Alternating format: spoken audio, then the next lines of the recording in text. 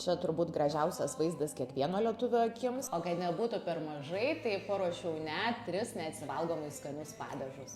Šviesią jorės duoną pjaustom lazdelėmis ir kepam aliejų ant vidutinės kaitros po porą minučių iš kiekvienos pusės. Dabar kiekvieną gabaliuką įtrinam česnaku. Jeigu netoliesi yra namiškių, tai duokit šitą darbą jiems. Bus kelias dar. Pirmam padažui maišom kreminį sūrį, saulėj džiovintus pomidorus, traškius svogūnus ir rūkytą papriką. Pasmulkinsim žalumynus.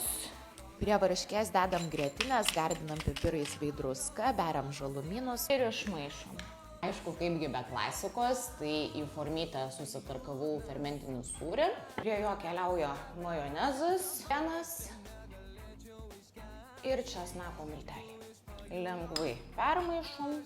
bei leidžiam išsilydyti orkaitėj kartkartėm pamaišydami. Belieka ant dalies duonos pilti sūrio padažo, šalia padėti kitus 2 ir džiaugtis gyvenimu, kuris su tokiu padėkliuku nebejotinai akimirksniu taps gražesnis. Komentaruose parašykit, kurio padažo ragautumėt pirmo.